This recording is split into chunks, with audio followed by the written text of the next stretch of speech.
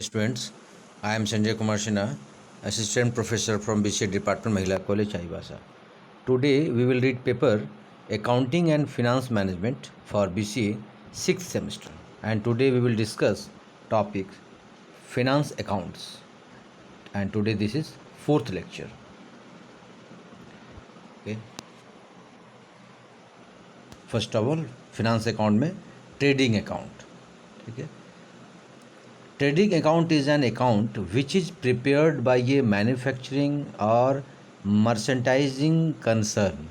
देखिए, ये जो फाइनेंस अकाउंट्स जो चैप्टर है, इसमें हम लोगों को एक्चुअली बेसिकली 3-4 चीज़ पढ़ना है. ट्रेडिंग अकाउंट है, प्रॉफिट लॉस अकाउंट है, ठीक है. उसके बाद से आपके इसमें एडजस्टमेंट एंट्रीज है. जो टॉपिक्स जो आपके इस सिलेबस में इस चैप्टर में है वो सब हम लोग इसमें पढ़ेंगे. तो सबसे पहले हम लोग जानेंगे ट्रेडिंग अकाउंट है क्या. तो देखिए, ट्रेडिंग अकाउंट क्या है कि जो मैन्युफैक्चरिंग, जो कंपनी मैन्युफैक्चर करती है, जो कुछ बनाती है, या मर्चेंडाइज मतलब जो व्यापार करती है, तो ये जो भी अकाउंट प्रिपेयर करती है तो उसको हम लोग बोलते हैं ट्रेडिंग अकाउंट. एक्चुअली ट्रेडिंग मतलब एक्चुअली हिंदी अगर देखें तो व्यापार अकाउंट, जो भी बिजनेस करती है. The purpose of trading account और this financial statement is to find out the gross profit और gross loss which is an important indicator of business efficiency. मतलब ट्रेडिंग अकाउंट बनाने का पर्पस क्या है कि एक फाइनेंशियल स्टेटमेंट जिससे हम लोग ये जान पाएँ कि कंपनी को प्रॉफिट हुआ या नुकसान हुआ. ग्रॉस प्रॉफिट मतलब कंप्लीट प्रॉफिट या कंप्लीट नुकसान, ठीक है, जो कि बिजनेस एफिशिएंसी को बढ़ाने या मतलब उसको अपडेट करने में इम्पॉर्टेंट इंडिकेटर है ये, ठीक है. All the expenses and income which are direct in nature are considered. जो भी हम लोग खर्च करते हैं या जो भी इनकम होता है तो वो सारे इसमें हम लोग इसमें इंक्लूड होते हैं. A trading account helps in determining the gross profit or gross loss of a business concern made strictly out of trading activity.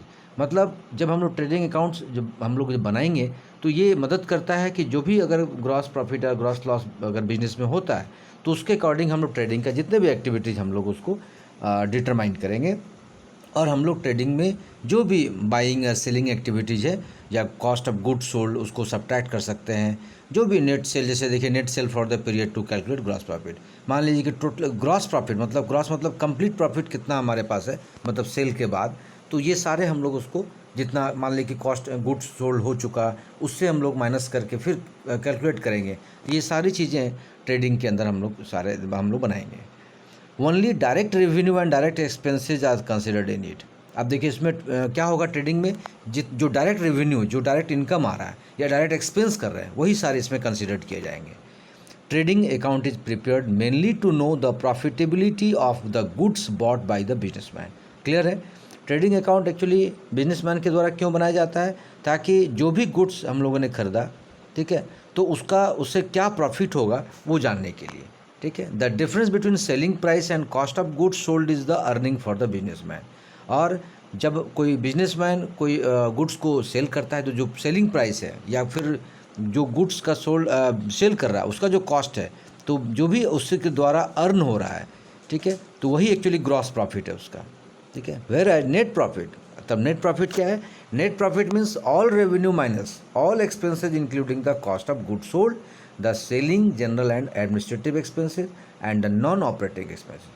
अब चूंकि नेट प्रॉफिट कैसे मान निकालेंगे हम लोग, जितने भी रेवेन्यू जो इनकम हुआ उसको माइनस करेंगे जितने एक्सपेंसेस में, ठीक है. जैसे कॉस्ट ऑफ गुड्स सोल्ड हो गया, सेलिंग है, एडमिनिस्ट्रेटिव जो भी एक्सपेंसेज हैं या बहुत सारे नॉन ऑपरेटिंग एक्सपेंस, सारे एक्सपेंसेस को माइनस करके मतलब टोटल रेवेन्यू में, और उससे जो बचेगा जो नेट जो प्रॉफिट होगा वो उसको बोलेंगे नेट प्रॉफिट.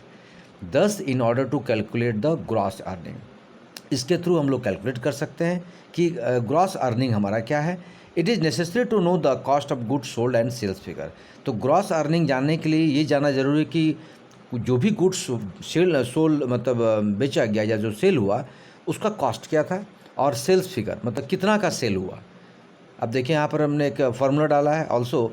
जैसे ग्रॉस प्रॉफिट कैसे हम लोग कैलकुलेट करेंगे, सेल्स माइनस सेल्स मतलब टोटल सेल कितना हुआ माइनस COGS का मतलब देखिए नीचे हमने ब्रैकेट में डाल दिया कॉस्ट ऑफ गुड्स सोल्ड. जो गुड्स हमने सोल्ड किया है तो उसका कॉस्ट क्या है, तो सेल्स में माइनस हो जाएगा. और सेल्स प्लस क्लोजिंग स्टॉक मतलब कंप्लीट जब सेल कंप्लीट बंद हो गया तो उसमें तक कितना स्टॉक था, minus stock in the beginning, शुरू में स्टॉक कितना था, plus purchase plus direct expenses, जो भी हम लोग परचेज कर रहे हैं या जो खर्च कर रहे हैं तो उसको दोनों को ऐड करके और माइनस हो जाएगा इसमें। तो ये एक पूरा फार्मूला है जिससे तब हम लोग ग्रॉस प्रॉफिट निकाल सकते हैं। Items included on the debit side are opening stock, ध्यान रखना है कि जो भी हम लोग आइटम इंक्लूड डेबिट साइड होगा वो ओपनिंग स्टॉक होगा। Purchases and direct expenses on the credit side, ठीक है। ये सारे जितने भी थे अभी stock, opening stock, purchase and direct expenses, ये सारे डेबिट साइड में होंगे। और क्रेडिट साइड में क्या होगा, सेल्स एंड क्लोजिंग स्टॉक, ठीक है। The resultant figure is either gross profit और ग्रॉस लॉस। तो ये क्लियर है कि जो भी इससे हम लोग कैलकुलेट करके निकलेंगे या तो ग्रॉस प्रॉफिट होगा या फिर ग्रॉस लॉस होगा, दो ही होगा। तो ये पूरा कंप्लीट ट्रेडिंग अकाउंट के बारे में हम लोग यहाँ पढ़ा। अब चूँकि जब प्रॉफिट लॉस का जब बात आ रहा है तो सेकंड जो टॉपिक आपको फिनांस अकाउंट में पढ़ना है वो है प्रॉफिट एंड लॉस अकाउंट, जिसको डिटेल्स में हम लोग को जानना है। क्योंकि अब जब ट्रेडिंग अकाउंट में हम लोग का ये इंपॉर्टेंट निकल के आएगा कि या तो प्रॉफिट हुआ या तो नेट प्रॉफिट हुआ या नेट लॉस हुआ, ठीक है। तो अब हम लोग जानेंगे कि प्रॉफिट एंड लॉस अकाउंट है क्या। Profit and loss account is a type of financial statement which reflects the outcome of businesses activities during an accounting period.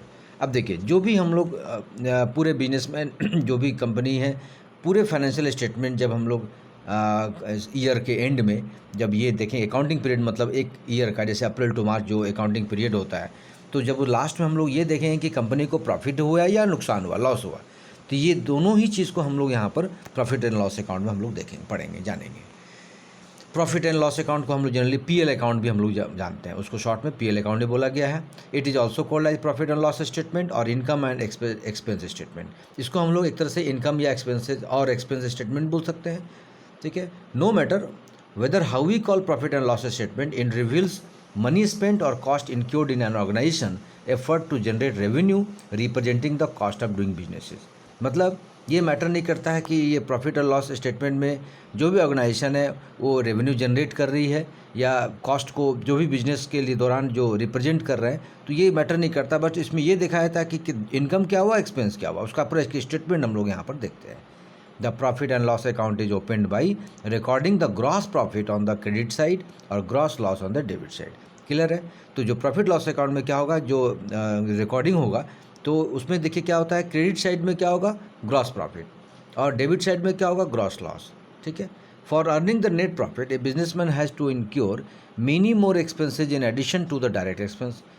अब नेट प्रॉफिट जानने के लिए बिजनेसमैन को ये देखना पड़ता है कि टोटल एक्सपेंसेस मतलब डायरेक्ट एक्सपेंस के साथ कितना कंप्लीट एक्सपेंसेस किया गया। Those expenses are deducted from profit और added to a gross loss and thus the resultant figure will be net profit और ए नेट लॉस।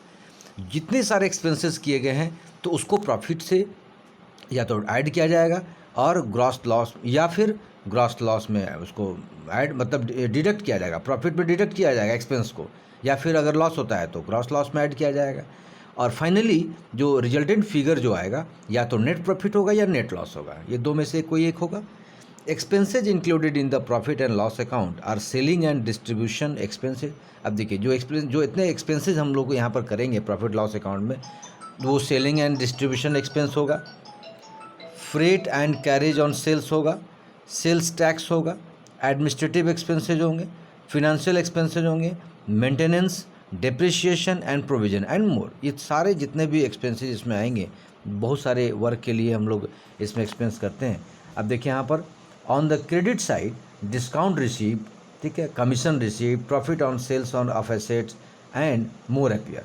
तो ये सारे अलग अलग हम लोग यहाँ पर एंट्री करेंगे। क्रेडिट साइड में देखिए डिस्काउंट, जैसे डिस्काउंट अगर मान लें कि किस में दिया गया या जो रिसीव हुआ, कमीशन रिसीव हुआ, ठीक है, प्रॉफिट एंड सेल्स और एसेट, ये सारी चीज़ हम लोग क्रेडिट साइड में लिखेंगे, ठीक है। इट रिवील्स मनी स्पेंट और cost incurred an organisation effort to generate revenue, ठीक है। ये एक्चुअली जनरली कोई भी ऑर्गेनाइजेशन रेवेन्यू को जनरेट करने के लिए या बिजनेस का रिप्रेजेंट कॉस्ट को रिप्रेजेंट करने में ये इसका मदद हम लोग मिलता है और मदद हम लोग करते हैं। अब देखिए यहाँ पर कुछ स्टेप्स है जो प्रॉफिट एंड लॉस स्टेटमेंट के लिए यहाँ पर हम लोग एक स्टेप्स अलग अलग बनाया गया है। देखिए सबसे पहला कैसे बनाएंगे प्रॉफिट एंड लॉस स्टेटमेंट, पहला है प्रिपेयर लेजर अकाउंट्स। तो जर्नल बुक जो पहले हम लोग पढ़े हैं, जर्नल बुक से हम लोग वहाँ पर सबसे पहले prepare an account statement for each ledger to determine the closing balance. तो हर एक लेजर का एक कंप्लीट देख लेंगे कि बैलेंस मतलब कंप्लीट क्लोजिंग बैलेंस मतलब क्लोजिंग करते वक्त कितना उसका क्या स्टेटमेंट है।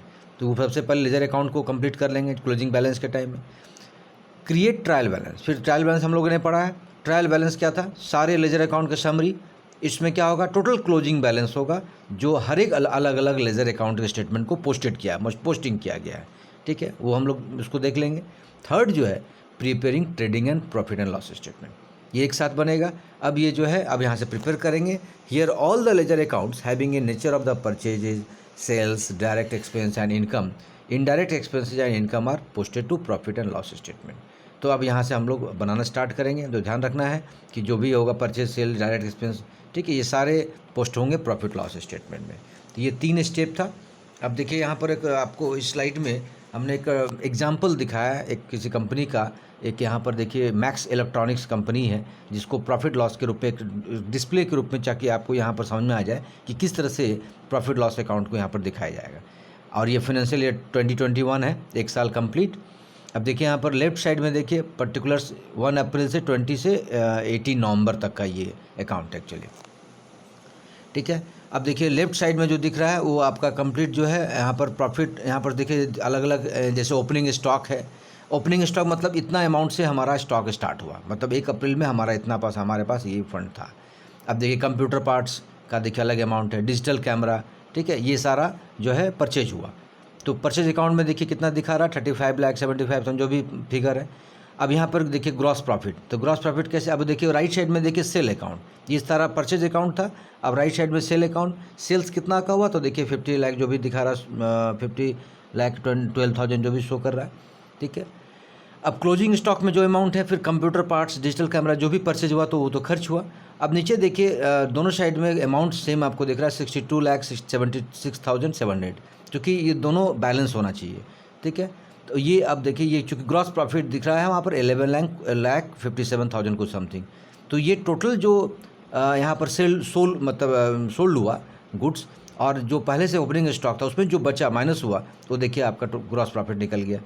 अब नीचे इधर लेफ्ट साइड में देखिए इनडायरेक्ट एक्सपेंसेस, अब जो भी अमाउंट हुआ यहाँ पर देखिए जितना सारे एक्सपेंसेज हुए, जैसे एडवर्टाइजिंग में bank charges, courier charges, office expenses, rent, सारा यहाँ पर देखिए सैलरी, सबको इनडायरेक्ट एक्सपेंस में यहाँ पर इंक्लूड लिखा गया, टोटल कर दिया गया 4,50,000 जो भी है, ठीक है।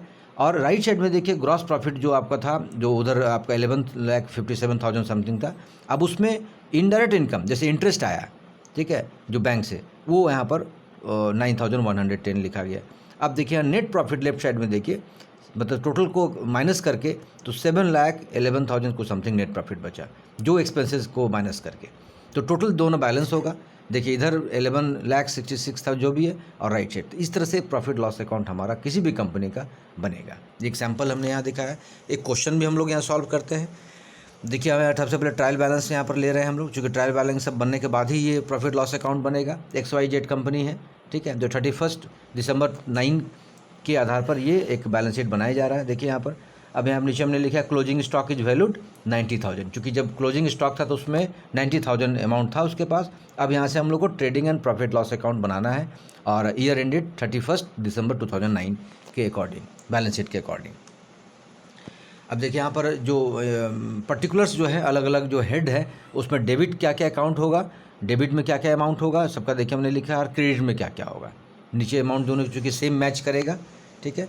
तो ये तो क्वेश्चन है। अब इसके आधार पर जो आपको इधर सॉल्यूशन जो दिख रहा है आपको, जो कैसे बनाया गया है वो देखिए, इससे आप मैच कर सकते हैं। जैसे देखिए अब लेफ्ट साइड में ओपनिंग स्टॉक, चूँकि हम लोगों ने वहाँ पर क्वेश्चन में देखा था, ठीक है, तो यहाँ पर देखिए ओपनिंग स्टॉक में देखिए दिख रहा है 60,000 दिख रहा है 60,000, वो आपको देखिए हमने लिखा।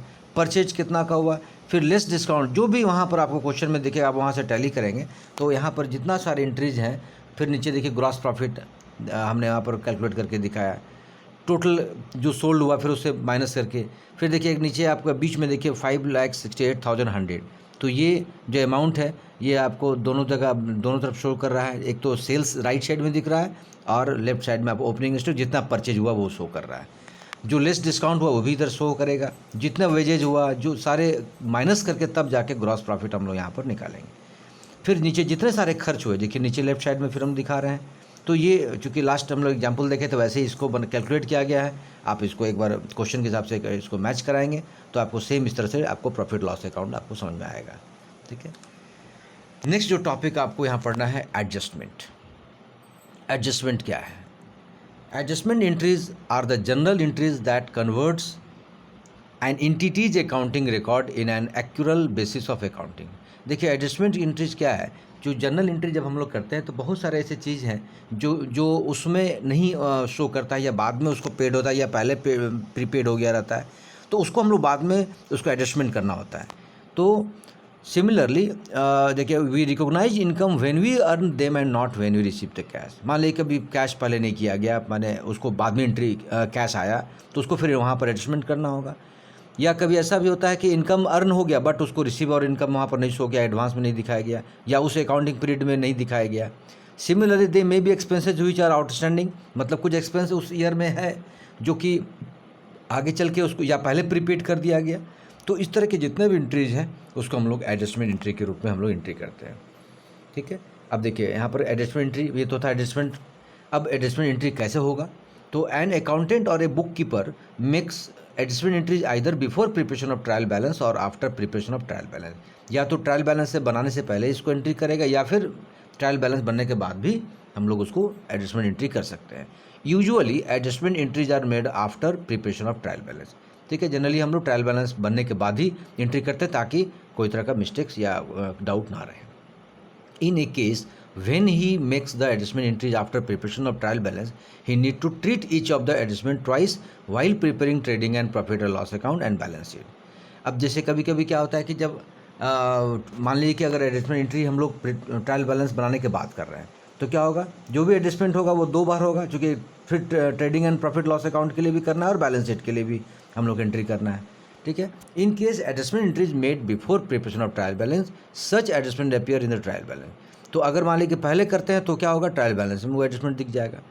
Also such adjustment appear only once in the preparation of final account. ये ध्यान रखना है कि जो भी एडजस्टमेंट होगा वो फाइनल अकाउंट में प्रिपरेशन करते वक्त एक ही बार अपीयर होना चाहिए।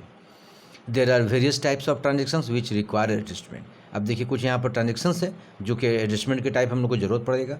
पहला है क्लोजिंग स्टॉक। सबसे इंपॉर्टेंट है कि क्लोजिंग स्टॉक मतलब क्लोजिंग स्टॉक रिकॉर्ड करेंगे कि जब फाइनली जब ट्रायल बैलेंस से प्रिपेयर हो रहा था तो उस वक्त क्लोजिंग स्टॉक में जो भी अमाउंट है वो वहाँ पर हम लोग देखेंगे और उसको ज़रूरत है एडजस्ट करने का, या तो ओपनिंग और क्लोजिंग स्टॉक है। मतलब क्लोजिंग स्टॉक तो फिर वो ओपनिंग नेक्स्ट सेशन के ओपनिंग स्टॉक में शो करेगा तो उसको एडजस्टमेंट करना है। तो ये पहला पॉइंट है जो है क्लोजिंग स्टॉक। सेकेंड जो है आउटस्टैंडिंग एक्सपेंसेज।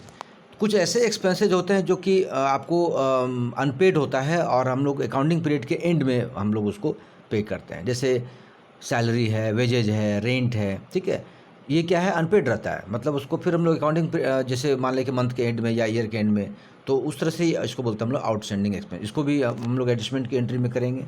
प्रीपेड एक्सपेंसेज, कुछ ऐसे भी होते हैं एक्सपेंसेज जो कि पहले अकाउंटिंग पीरियड में पेड हो गया रहता है और उसको हम लोग अनदर अकाउंटिंग ईयर में फिर एडजस्ट करना है, तो प्रीपेड एक्सपेंसेज। एक्योर्ड इनकम, ऐसा भी इनकम है जो कि अर्न किया गया है अकाउंटिंग पीरियड में बट उसको वहाँ रिसीव ना करके हम लोग उसको आगे का या दूसरे अकाउंटिंग पीरियड में फिर उसको हम लोग शो करेंगे, तो ये accrued income. Income received in advance, कुछ ऐसा भी आपको इनकम होगा जो कि पहले से आपको मिल गया है बट सर्विस अभी आप वहाँ पर नहीं किए हैं, उसको नेक्स्ट अकाउंटिंग पीरियड में हम लोग शो करेंगे। ठीक है, जैसे कभी कभी होता है कि हम लोग का कोई परचेस करते हैं, कोई अगर अमाउंट ये कोई गुड्स, तो उसका जैसे वारंटी कवर होता है तो वो तो चूँकि पहले पेड हम लोग कर देते हैं बट वो 3 साल 4 साल 5 साल तक उसका वैलिड रहता है, तो वो सारे एडजस्टमेंट वहाँ एंट्री होते जाएंगे इस तरह से। डिप्रिसिएशन ऑन फिक्स एसेट, ये भी होता है कि जब हम लोग डिप्रिसिएशन जैसे फिक्स एसेट हमारे पास है, ठीक है, तो वो डेबिट साइड या प्रॉफिट लॉस अकाउंट में एक्सपेंस के रूप में दिखता है। ठीक है, बट बैलेंस शीट में क्या होगा, वो जो फिक्स एसेट होगा उससे वो डिडक्ट होते जाएगा, घटते जाएगा, क्योंकि जो भी हम लोगों के पास मशीनरी है या जो भी है वो धीरे धीरे तो उसका वैल्यू घटता है, तो ये भी हम लोग एडजस्टमेंट एंट्री में हम लोग करते जाएंगे।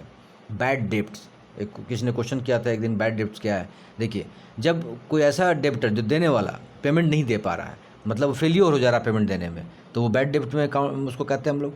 तो बैड डेब्ट मान लीजिए कि अमाउंट है जो जिससे पैसा मिलना है वो हम लोग रिकवरी नहीं कर पा रहे हैं, तो वैसे अमाउंट को भी बाद में एडजस्ट किया सकता है, या मान लीजिए कि उसको शो करना कि नहीं ये बैड डेब्ट में चला गया, ये पेमेंट नहीं मिलना है।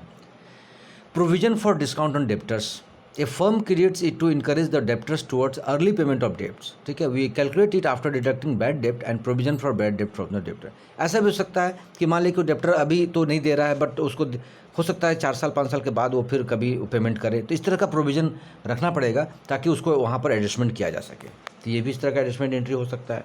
इंटरेस्ट ऑन कैपिटल, अब इंटरेस्ट ऑन कैपिटल जैसे प्रोपाइटर है या पार्टनर है, तो जो बिजनेस एक्सपेंस में उसको इंटरेस्ट मिल रहा है, ये भी हम लोग को वहाँ पर एडजस्ट करना है। मैनेजर से कमीशन, कभी कभी मैनेजर को कभी फिक्स रेट पर प्रॉफिट जैसे होता है कि इतने प्रॉफिट होगा तो आपको कमीशन मिलेगा, तो ये सभी एडजस्टमेंट एंट्री करना है।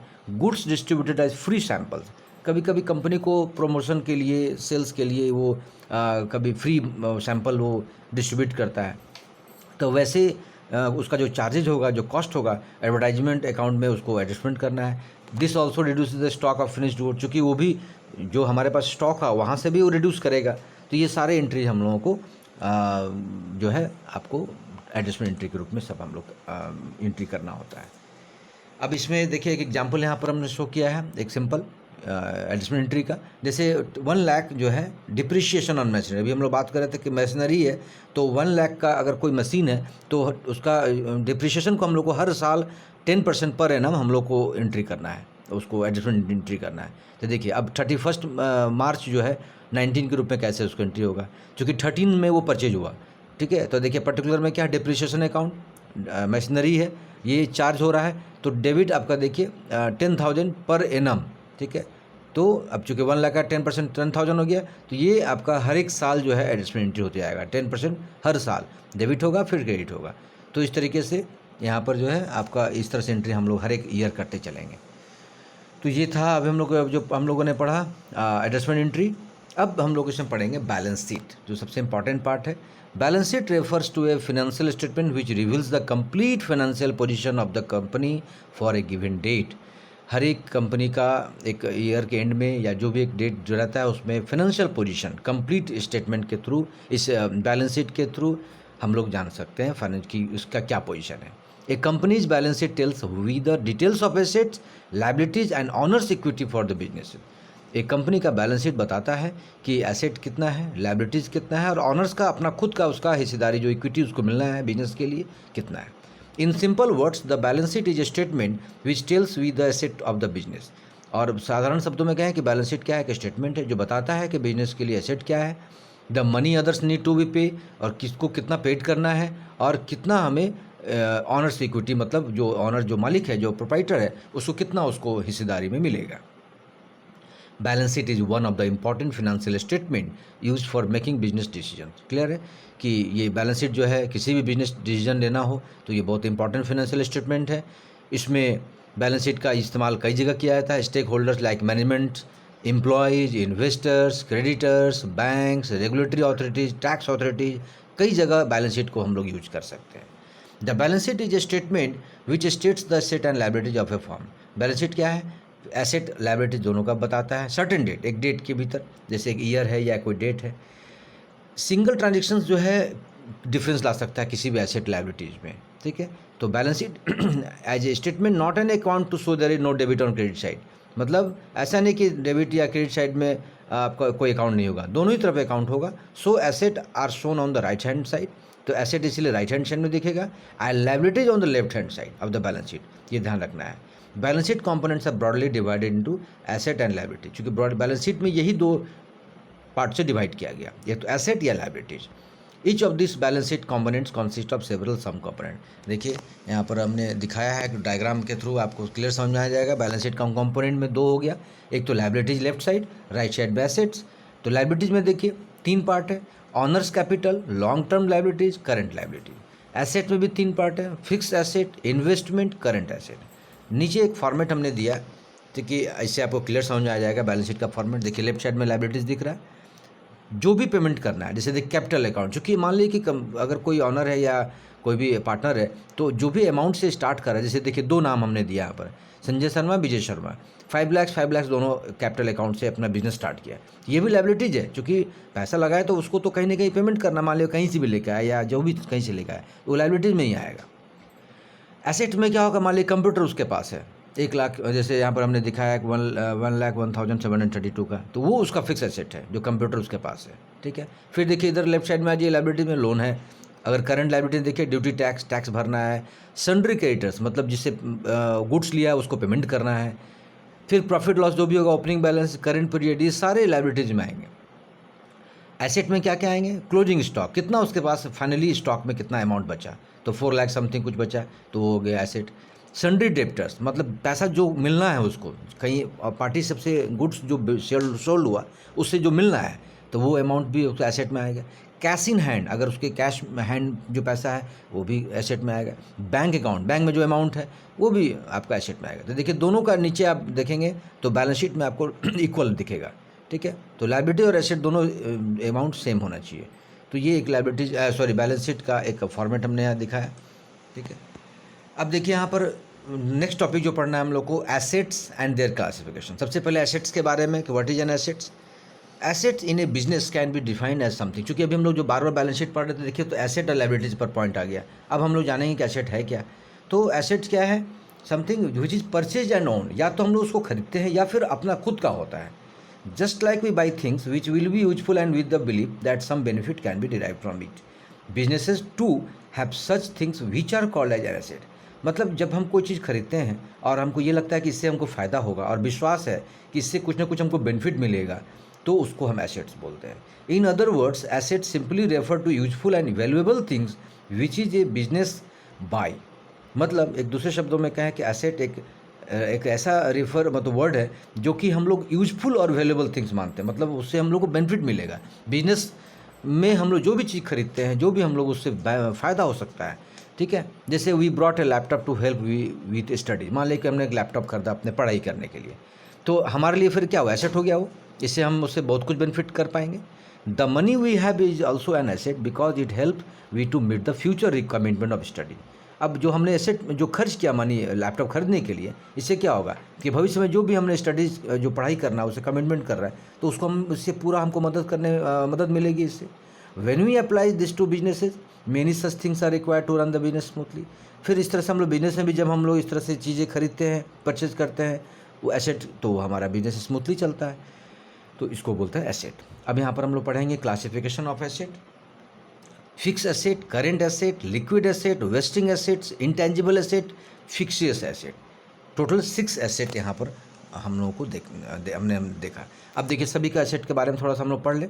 फिक्स एसेट किसको बोलते हैं, जैसे जो लॉन्ग टर्म एसेट होता है, जैसे लैंड, बिल्डिंग, ज़मीन और बिल्डिंग अगर हम लोग कंपनी के लिए खरीदते हैं तो फिक्स एसेट है।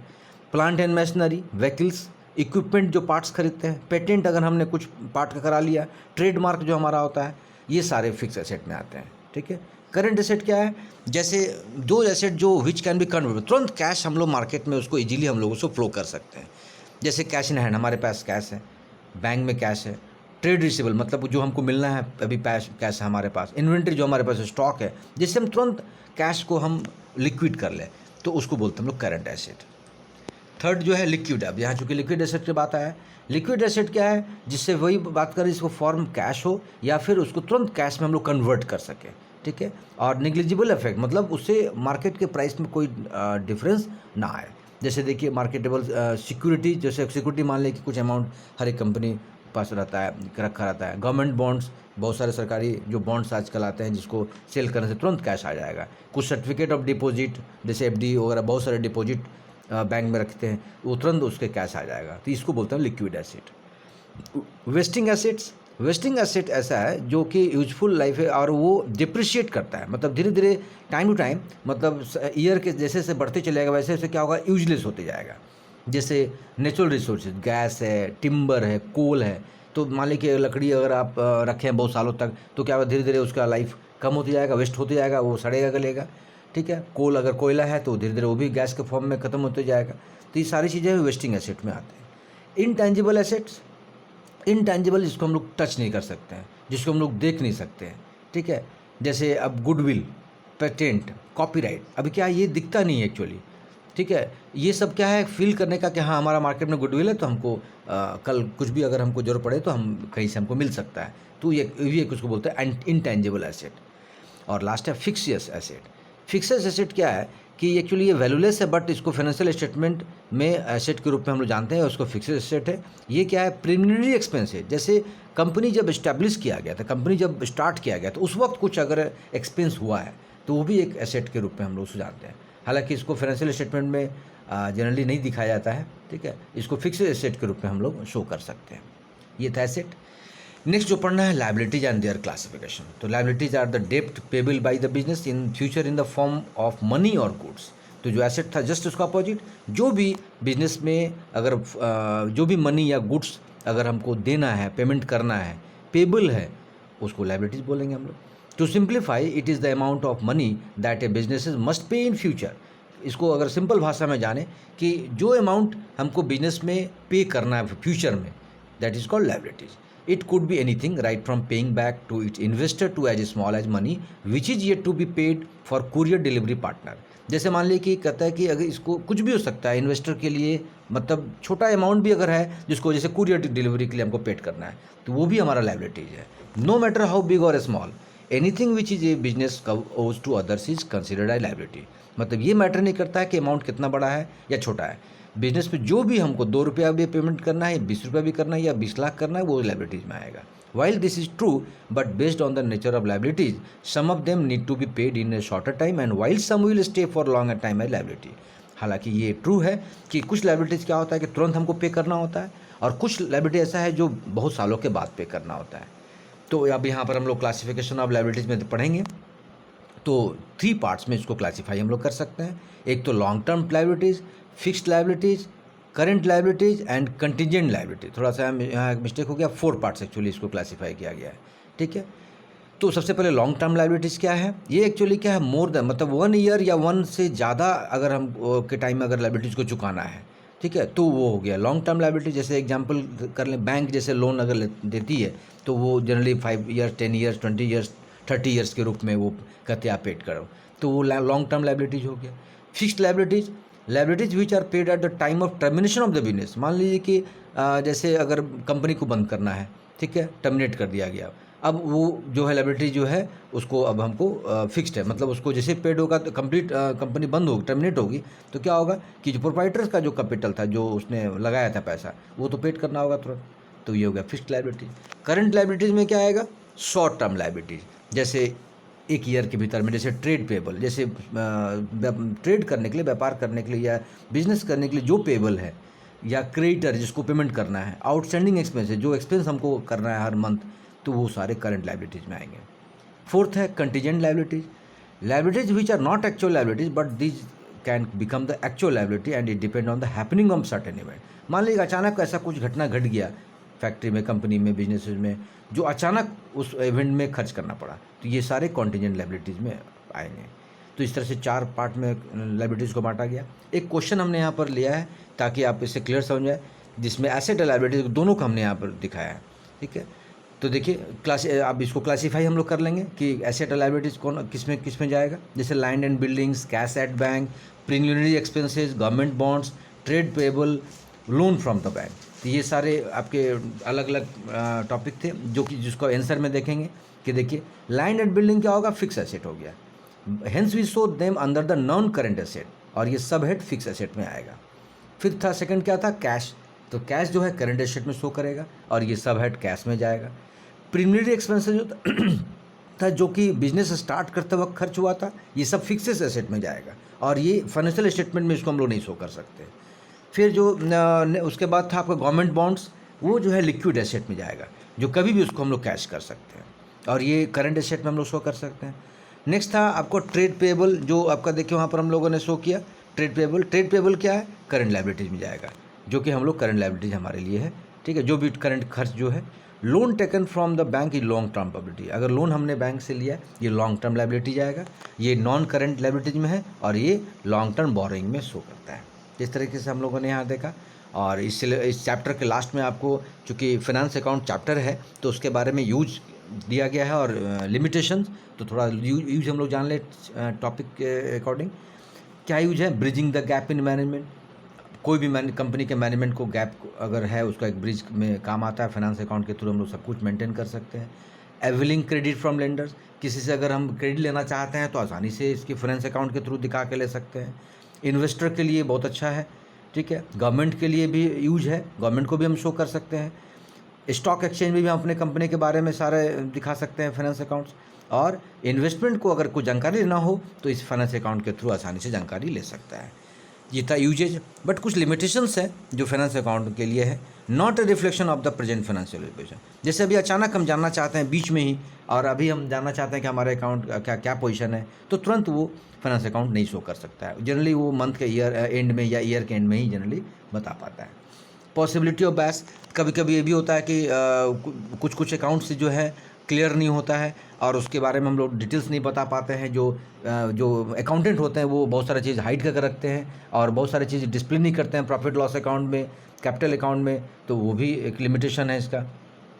The absence of whittle information, बहुत सारे इन्फॉर्मेशन है जो कंपनी छिपाती है जाके उसको शो नहीं कर पाए और उसको गवर्नमेंट उसको नहीं देखे, या कुछ अगर वो बचाना चाहती है टैक्स वगैरह, तो ये सब भी सारी चीज़ें वो कर सकती है।